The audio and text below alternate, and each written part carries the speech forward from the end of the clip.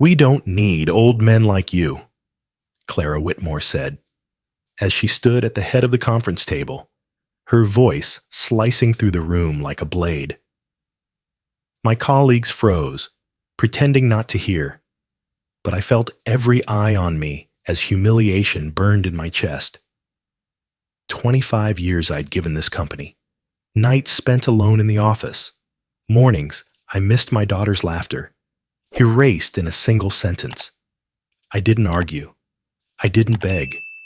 I only smiled, a smile she mistook for defeat. What she didn't know was that buried in the contract was a weapon sharper than her words. I left the boardroom without a word, her insult still echoing in my ears. The hallway stretched endlessly, filled with faces that quickly turned away.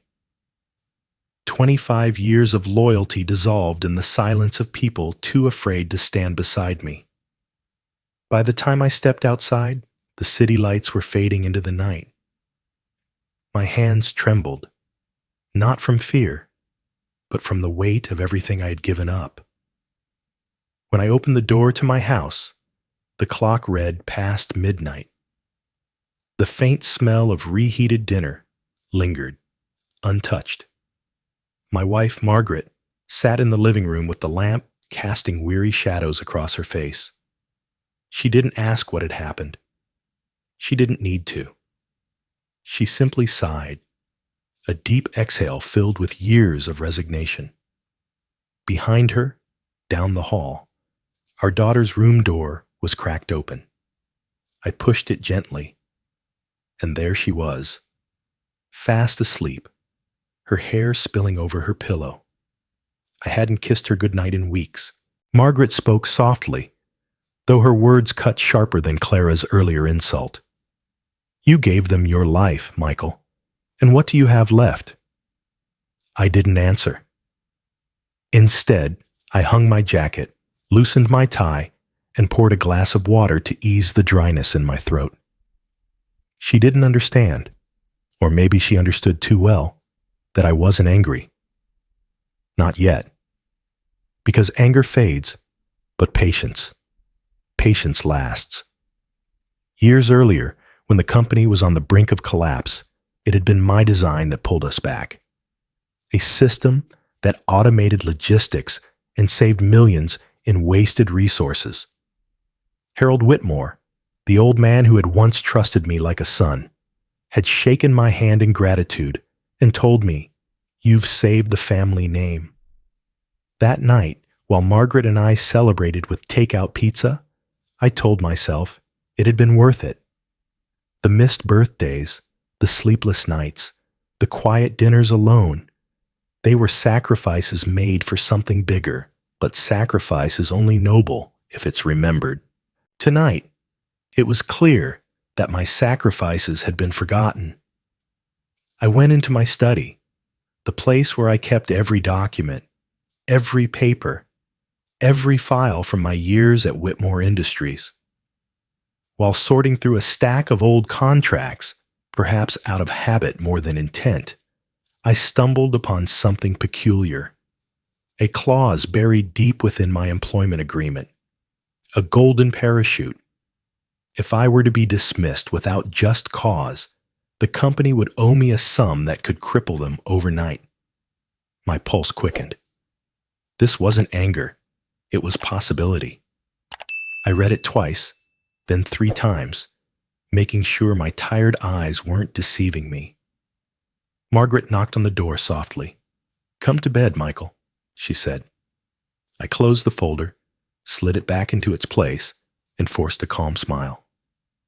"I'll be there soon." She didn't press further. That night, I lay awake, staring at the ceiling.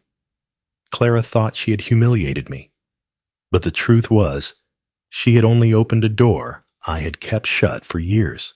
I whispered into the dark, as if confessing to the shadows, "Patience, Michael, patience." The next morning, the company buzzed with the chaos of transition.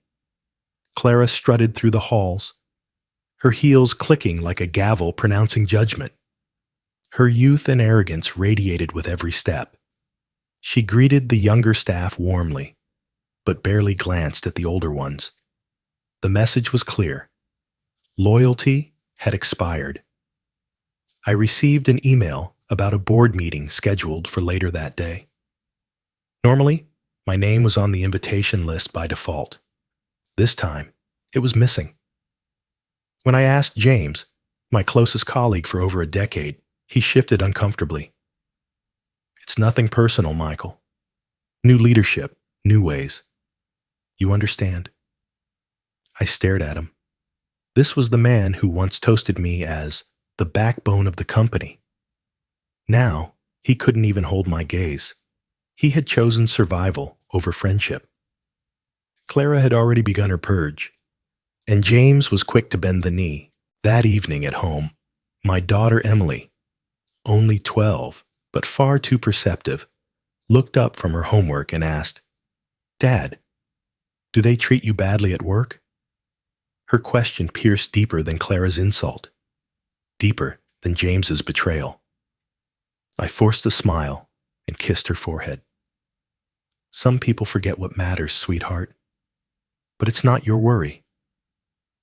Still, the doubt crept in. Rumors swirled through the office like wildfire.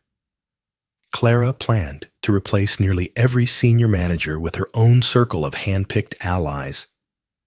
It was no longer about the company's survival. It was about her dominance.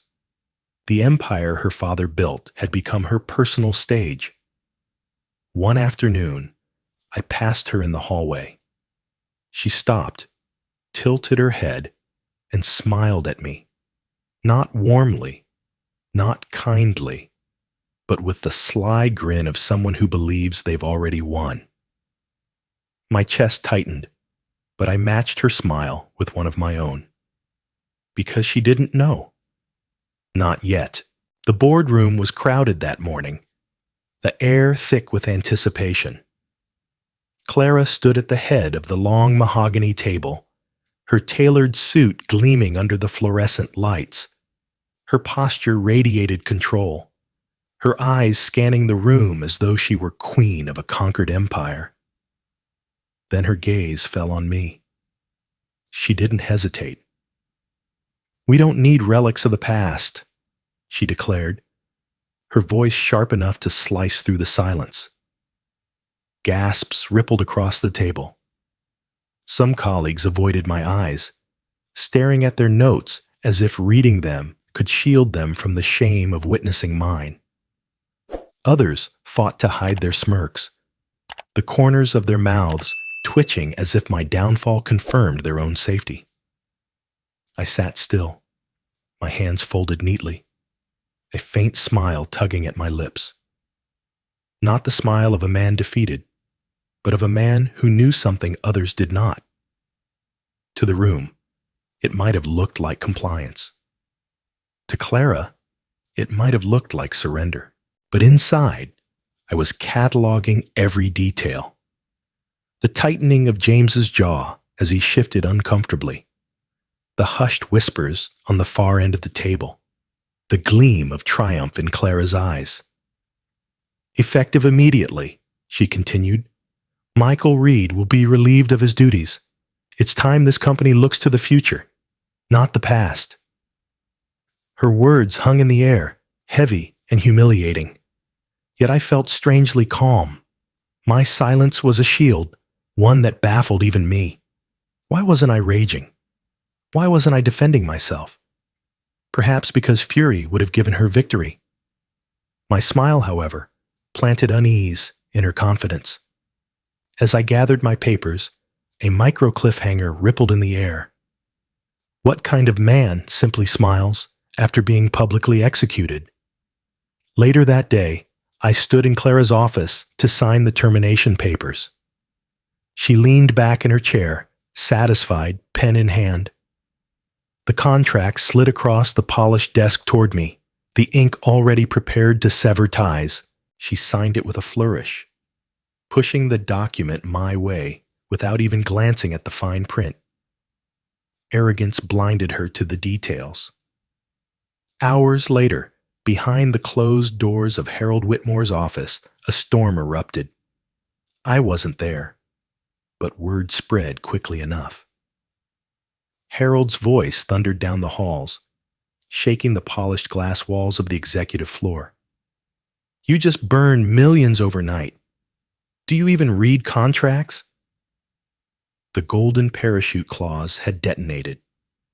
In her eagerness to humiliate me, Clara had set off a bomb beneath her own company.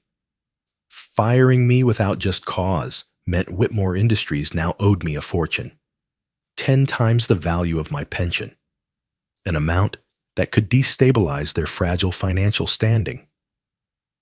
I imagined her face in that moment, the flicker of doubt, the crack in her perfect facade. Harold must have been livid, veins bulging, as he tried to explain the recklessness of her action.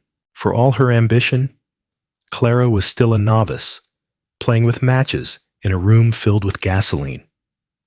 That evening, I returned home, carrying nothing but a single cardboard box of belongings. Margaret met me at the door, concern etched deep into her face. She saw the box and immediately reached for it, setting it on the counter. For a moment, her eyes searched mine, bracing for anger, for despair. But when she found neither, her voice softened. Maybe this is freedom, Michael, she said, brushing dust off my shoulder. Maybe they finally did you a favor. I kissed her forehead, grateful for her quiet strength. She didn't know about the clause. She didn't know that Clara's arrogance had secured not only my freedom, but also my leverage. For now, it was a secret I kept close, folded neatly into the corners of my mind. After dinner, I went into my study to organize the last of my files. The hum of the computer filled the silence. I logged into my email, half expecting nothing but empty condolences from coworkers too timid to stand by me. Instead, I found a new message, marked with an unfamiliar domain. The subject line was simple: opportunity awaits. I clicked it open. A competitor, one that had always hovered at the edges of our market battles, was extending an invitation. They knew about Clara. They knew about the scandal. And they wanted to meet. I leaned back in my chair, the glow of the monitor casting shadows across the room. Clara thought she had ended my career. She thought she had erased me. But the truth was, she had only written the opening chapter of her own downfall. The email from the rival company lingered in my inbox for days, glowing like a beacon of possibility. Each night, I reread it, weighing its promise against the bitterness of what I had endured. The offer was tempting, but something inside me urged patience. Clara had humiliated me, but her downfall didn't need my rage. It needed my silence. Silence, I realized, could be sharper than any sword.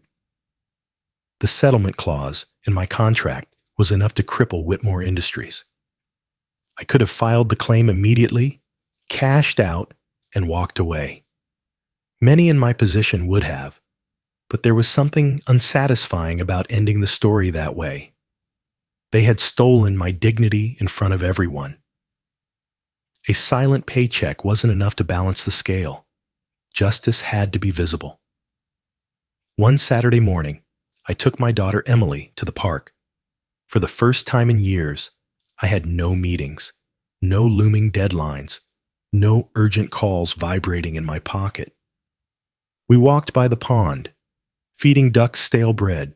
Emily laughed, her voice bright against the morning air. I hadn't realized how much I missed that sound. She tugged my hand. "Dad, you seem happier now." Her words were a dagger wrapped in sweetness. Happier now, after losing everything. Maybe Margaret was right. Maybe freedom came disguised as loss. Sitting on the park bench, Watching my daughter chase the pigeons, I felt a kind of peace I hadn't known in decades. Yet even in that calm, a seed of strategy sprouted. Clara had underestimated me, and that mistake would cost her more than money. Later that week, while sorting through archived reports, I stumbled across documents from Clara's time abroad. She had been tasked with expanding the company into a European market. The numbers didn't add up. Expenses bloated beyond reason. Invoices that smelled of fabrication. A quick cross-check confirmed my suspicion. Clara had siphoned company funds into shell accounts overseas. I froze. This wasn't just incompetence. It was fraud. Proof that she had bled the company long before she tried to bleed me dry. I could have forwarded the files to the authorities right then, but I didn't. I printed them, slid them into a plain folder, and locked them in my cabinet. Some weapons are meant to be drawn only when the enemy is closest. That night, Margaret noticed my quiet smile at dinner. "You're up to something," she said, narrowing her eyes playfully. I kissed her cheek and deflected, "I'm just enjoying the quiet." She didn't press, though I knew she suspected more. My silence wasn't just strategy, it was my shield. A week later, Harold Whitmore appeared at my doorstep. He looked smaller than I remembered. His once commanding frame slouched under the weight of disappointment. His voice cracked when he spoke. "Michael, the company is unraveling. Investors are restless. Clara, she's in over her head. I need you to come back. Steady the ship." For a moment, I almost pitied him. Almost. I offered him tea. Let him sit at my kitchen table. The same place where I had spent countless nights buried in work for his company. But when he asked again, desperate this time, I only smiled. "I think you'll manage, Harold."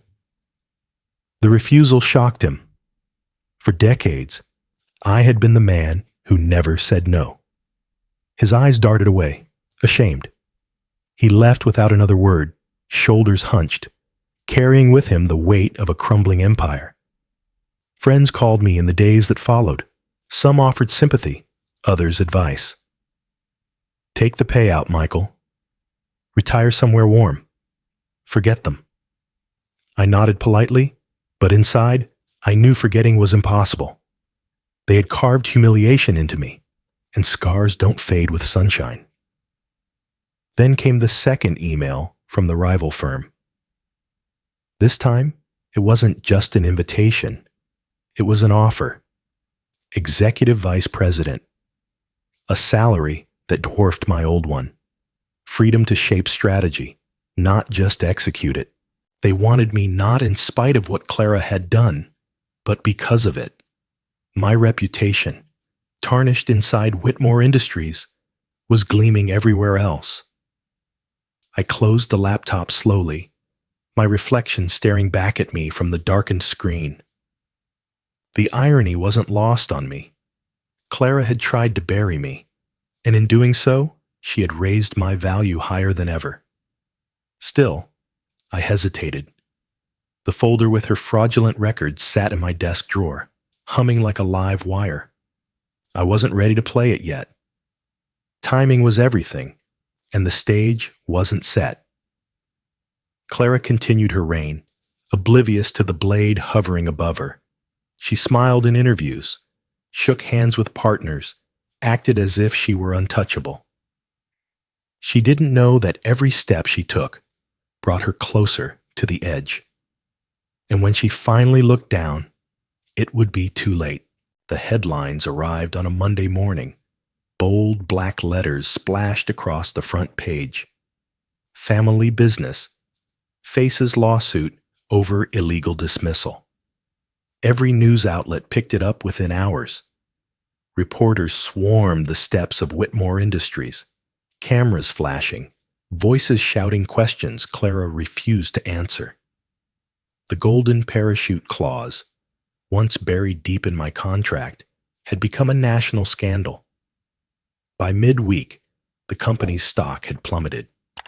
Investors panicked, clients hesitated, and whispers circulated that Whitmore Industries was bleeding money faster than it could stop. Clara tried to project confidence, but each public appearance only made her look more desperate. Her inexperience was glaring, her arrogance exposed.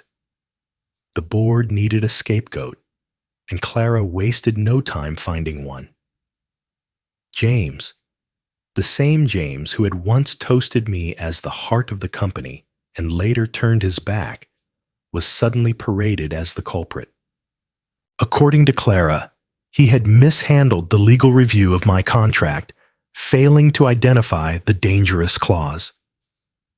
Overnight, James went from trusted ally to disposable pawn. I learned of his firing through a friend still inside the company. The irony wasn't lost on me. He had betrayed me for survival, and yet survival had turned its back on him. I pictured his face as he realized Clara's loyalty extended only as far as her convenience. Meanwhile, life outside Whitmore's crumbling walls took on a softer rhythm. One crisp morning, I walked Emily to school. She held my hand, skipping beside me with her backpack bouncing. Halfway down the block, she looked up at me and said, "Dad, you smile a lot more now." Her words caught me off guard. I hadn't noticed the change, but she was right. For years, stress had carved lines into my face, each one deeper than the last. Now, though the scars of betrayal remained, there was room for something else, something like hope. I kissed her forehead before she ran inside, and as I turned back toward home, my phone buzzed. The screen lit with an unfamiliar number. Against my better judgment, I answered. "Michael," Clara's voice trembled. "Please, we need to talk." The sound of her desperation was almost unrecognizable. This was no longer the haughty heiress who had sneered at me across the boardroom table. This was someone cornered, stripped of power, choking on the taste of her own arrogance. I let her words hang in the air for a long moment before replying. "Now you need me?" Silence, then a sob, muffled as though she was trying to hide it. I didn't hang up, but I didn't offer rescue either. I simply listened to her crumble, then ended the call without a promise. Days later, the dominoes fell faster. Investors pulled out, selling shares at a loss just to escape the storm. The stock price nosedived further, each tick down another nail in Clara's coffin. Reports leaked that entire projects were being canceled, suppliers demanding payments up front. Harold, once a man of unshakable pride, was forced into the spotlight. At a press conference, his voice wavered as he addressed the scandal. "On behalf of Whitmore Industries, I extend an apology to Michael Reed. His years of service deserved recognition, not dismissal." It was a public admission of guilt, an acknowledgement that I had been wronged. For many, it might have been vindication enough. For me, it was only another step. Because behind Harold's apology, I saw only desperation to save what little was left. Then came the twist I had been waiting for. A member of the board, someone long overshadowed by Clara's theatrics, released documents to the press, proof of inflated invoices, misallocated funds, and questionable overseas transfers. Clara's fraud was no longer a secret buried in my desk drawer. It was a headline. The company reeled. Shareholders demanded answers. Regulators circled. And even Harold looked visibly shaken when confronted by reporters. Clara, once untouchable, was now the face of corruption. That evening, as I sat at home with Margaret, sipping tea in the quiet glow of the lamp, a knock rattled our front door. I rose slowly, unsure who it might be. When I opened it, Clara stood there. Gone was the polished confidence. Her hair was disheveled, her makeup smeared, her eyes red from tears. She looked nothing like the woman who had declared me obsolete. She looked like someone drowning, desperate for a hand to pull her back. "Michael," she whispered, her voice breaking. "Please." I don't know where else to go. Clara stood trembling on my porch, the night air clinging to her like a shroud. For a moment, I simply watched her, remembering the woman who had dismissed me as a relic. Now, her voice cracked with desperation. "Michael, please. I was wrong. Come back. Take a seat on the board. I'll give you anything you want. Power, money, control. Just help me." Her words might have once tempted me. For decades I had dreamed of recognition, of a position that matched my sacrifices. But hearing them now, they felt hollow, poisoned. She wasn't offering me respect. She was offering me chains disguised as rewards. I invited her inside only because Margaret was watching from the hallway, her arms folded tight across her chest. The silence stretched as Clara sat at our kitchen table, wringing her hands like a child caught in a lie. Margaret finally broke it. "They took your life, Michael. They took your nights, your family, your pride. Don't you dare go back to them." Word. Her anger was sharp, but laced with love. For years she had endured my absence, raising Emily while I buried myself in Whitmore's demands. Now she wasn't just protecting me. She was protecting the life we had left to reclaim. Clara leaned forward, her eyes glistening. "I know I made mistakes, but if you come back, we can fix this together. I'll make you whole again." I reached into the drawer of my desk, pulling out the folder I had guarded for weeks. I placed it on the table, sliding it across the smooth wood until it rested in front of her trembling hands. "You want me to fix this? Then explain these." She opened the folder, her eyes widening as she recognized the evidence. Records of inflated expenses, shell accounts, fraudulent transfers. Each page was a mirror reflecting her corruption. Her lips parted, but no words came out. "You didn't just humiliate me, Clara," I said softly. "You bled the company dry long before you thought to cut me out. You thought no one would notice. But I noticed." Her face crumpled. "Please, don't show this to anyone. It will ruin me." Before I could respond, another voice echoed from the doorway. Harold had arrived, his voice heavy with fury and betrayal. "It already has." He stepped into the light, his face ashen. "I defended you, Clara. I gave you everything, and you deceived me too." For once, Clara had no defense. She buried her face in her hands as Harold sank into the nearest chair, the weight of truth pressing down on him. The heiress who once believed herself untouchable now sat cornered, caught between a father's wrath and the proof of her own downfall. In that moment, I realized my silence had been more powerful than any speech I could have made. But I wasn't alone in this battle. Over the following days, I began to hear from voices long silenced. Former colleagues reached out quietly, sharing stories of betrayal, providing documents Clara thought she had buried. Engineers, accountants, even mid-level managers. Each of them had been wronged in some way, cast aside when they were no longer useful. I hadn't just been the victim of Clara's arrogance. I had become the symbol of everyone she had betrayed. Piece by piece, I assembled their testimonies into a mosaic of corruption too large to ignore. One evening, as I sorted through the files, Emily slipped into the study. She looked at the stacks of papers, the names highlighted, the notes scribbled in my hand. She hugged me tight, resting her head against my chest. "You're my hero, Dad."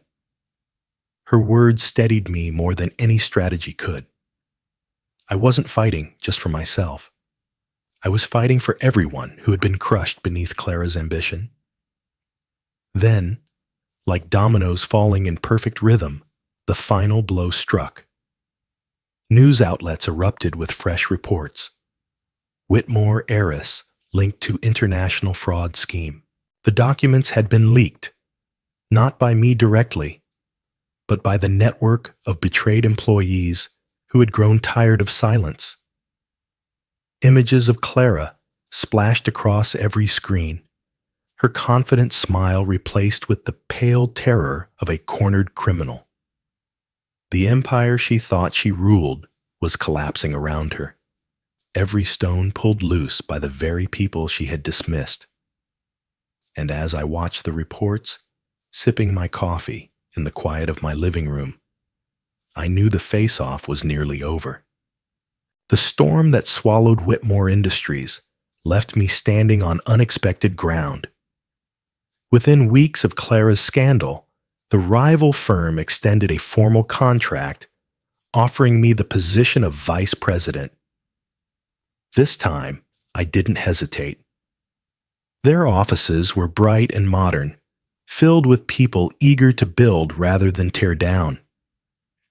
When I walked into my new corner office, the plaque on the desk felt less like a reward and more like vindication.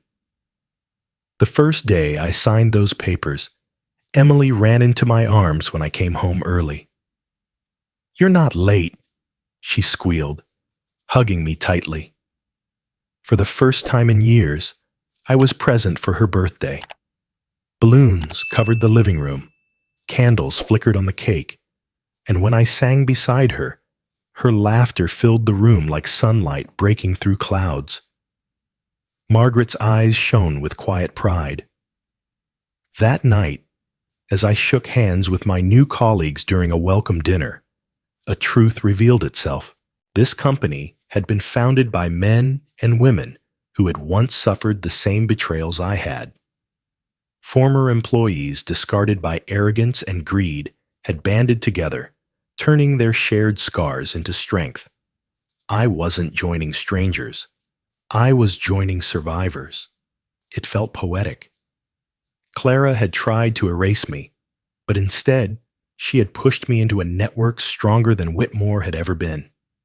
For the first time in decades, I felt not like a relic, but like a leader among equals. And yet, even in this fresh chapter, life had a way of whispering unfinished business. A week into my new role, a letter slid across my desk from another firm, one facing its own shadow of corruption. The words were simple. "We heard what happened at Whitmore. We may need your guidance." I folded the letter, tucking it into my drawer. The battle with Clara had ended, but perhaps the war against exploitation was larger than one company. The thought lingered like a flicker at the edge of my vision, a new fight waiting to ignite. Meanwhile, Whitmore Industries continued its collapse. News reports chronicled its downfall daily. Investors fled, lawsuits piled up, and the once proud empire shrank into fragments. Clara's name became synonymous with greed and incompetence. She appeared in courtrooms now, no longer on magazine covers, her designer suits replaced with pale expressions and trembling hands. James, the colleague who had betrayed me, vanished from corporate life altogether. Months later, I saw his name mentioned in a community paper. He was volunteering at a shelter, serving food to those who had less than him. Perhaps disgrace had taught him humility, or perhaps guilt had finally caught him. Either way, his ambition no longer threatened anyone. Harold, broken by his daughter's actions, quietly resigned from the industry he had once ruled. The man who had built his fortune on loyalty and vision disappeared into obscurity, leaving Clara to carry the weight of judgment alone. For me, the fight was already over. I had no desire to see her dragged further into ruin. The courts would do their work. The public would have its spectacle. My revenge had never been about destroying her. It had been about reclaiming myself.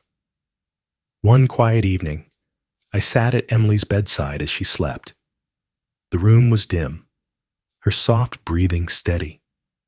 I brushed a strand of hair from her face and whispered, "I kept my promise." She stirred slightly, murmuring something incoherent, then drifted deeper into dreams. In that moment, the noise of corporate battles, betrayals, and scandals faded away. All that remained was the warmth of being present, of finally choosing family over sacrifice. But the world had changed in ways I hadn't anticipated. The fall of Whitmore Industries sparked something larger. Across the industry, employees began demanding fairer contracts, protections against exploitation, clauses that respected their years of service. Other companies were forced to listen, fearing they too might face the consequences of arrogance. I realized then that my silence had not only secured my justice, it had given others a voice. What had begun as a quiet act of patience had grown into a movement. Clara's downfall was not just her own. It was a warning to every leader who thought loyalty was disposable. Justice, I understood now, doesn't always arrive on time. Sometimes it limps, slow and battered, through years of waiting. But when it does arrive, it reshapes everything it touches. And as I turned off the light in Emily's room, I felt certain of one truth. Justice had finally arrived.